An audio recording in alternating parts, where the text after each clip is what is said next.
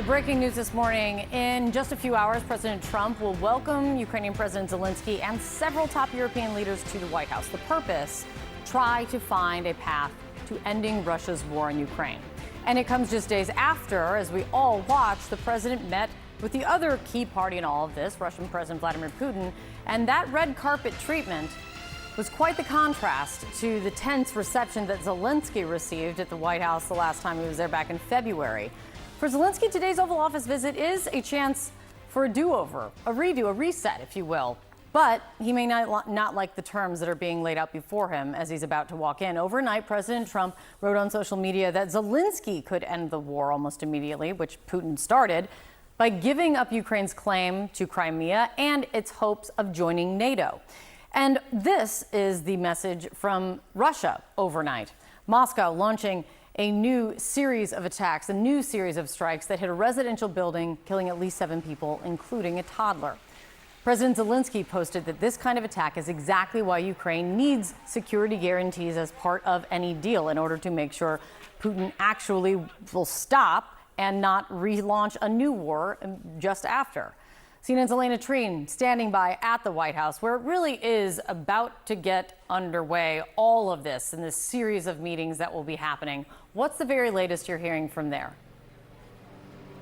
Well, look, this is going to be very crucial, Kate, to how this moves forward. And I think one key that is very much clear from the United States side is that the president wants to try to end this war as quickly and swiftly as possible. That's why we've seen him move at great speed to try and organize these types of meetings. However, what's unclear is whether or not Zelensky, but also the 7 European leaders who are going to be joining him today to meet with President Trump are willing to make the same type of concessions that President Donald Trump is. One of that is, of course, the message we saw the president lay out last night. He essentially said, in order to end the war, Ukraine must be willing to give up Crimea, a territory that Russia, I'd remind you, illegally annexed in 2014, and also agree not to become a member of NATO.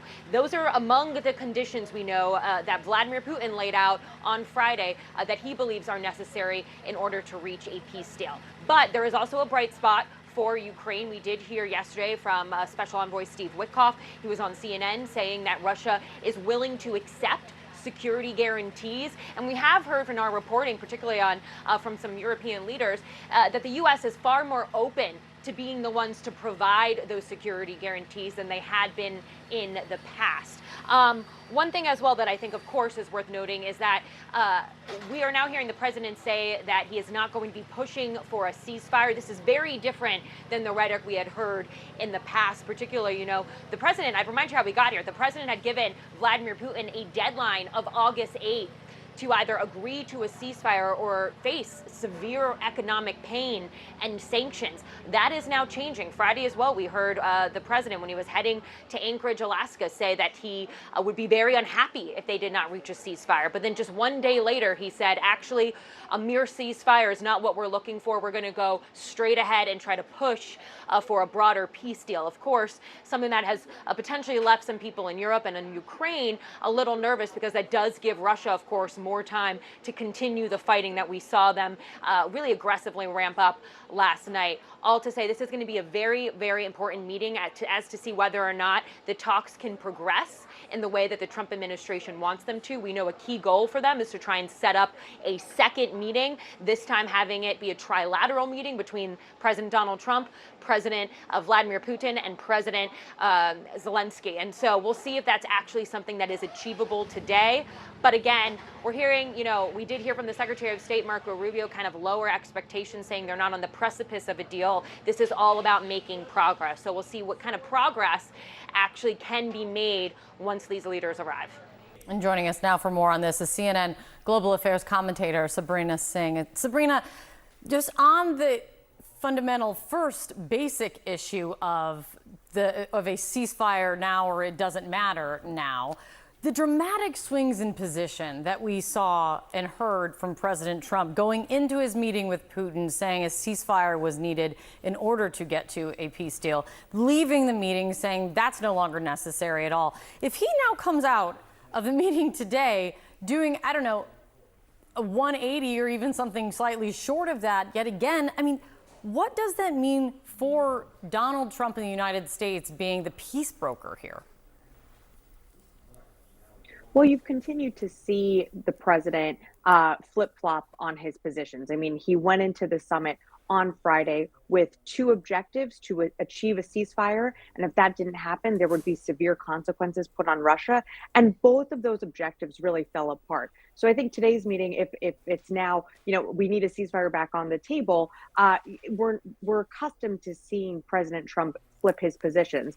I think what's dangerous here is the United States losing its credibility on the world stage to be able to really broker peace deals and to be taken seriously. At the end of the day, what makes the United States a great and powerful nation is our steadiness and our being able to lead nations all around the world. And so that's why the president's words really matter.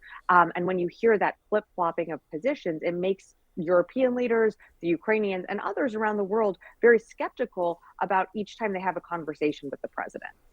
And as we know from our Alayna Treene was just talking about, a main goal today is to get to a place of having a trilateral meeting next. I mean, from just a communications perspective, if they leave this meeting and President Zelensky is not on board with, a trilateral meeting, and Putin's not on board with a trilateral meeting. I mean, what does Donald Trump do next? If the trilateral meeting is the prize that he's trying to achieve, short of actually ending the war, I mean, what are the chances you think they actually get there today? I think it's going to be really hard and very difficult. I mean, a trilateral meeting, while I understand that is the White House's objective, and ultimately this war will end at the negotiating table in a diplomatic fashion, the reality is that both sides are so far apart on what peace looks like. And we don't have a ceasefire in place. And so you're continuing to see these Russian aerial attacks hitting cities overnight, right before the summit took place on Friday. And so if there's not a trilateral agreement or a meeting set, I don't think that means talks were a complete failure. I think it's a good thing that this administration is engaging with the Russians, is engaging with the Ukrainians. But at the end of the day, putting posts out on Truth Social, basically blaming again Ukraine for the start of the war, it's just not helpful. And saying that Ukraine is ultimately the one that could end this war, that really flies in the face of the aggressor, the invading country, invading its sovereign neighbor and sovereign territory, who's just trying to fight for survival at this point. So while I hope there's a trilateral meeting at some point, I don't know that we will get there. Yeah, and saying, Ukraine can end this war almost immediately, it is not something we really, it's hard to find President Trump ever saying that about Russia, which obviously is the aggressor and could easily end this war immediately. On, as you were saying, the messaging going out on social media, the president did just send out another short message on social media saying this: A big day at the White House. We've never had so many European leaders here at one time. A great honor for America. Let's see what the results will be.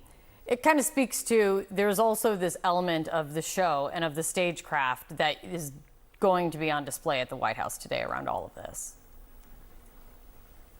I think that's exactly right. There's a lot of show, and you'll remember right before that Alaska summit on Friday, the president also tweeted or posted on Truth Social, high stakes.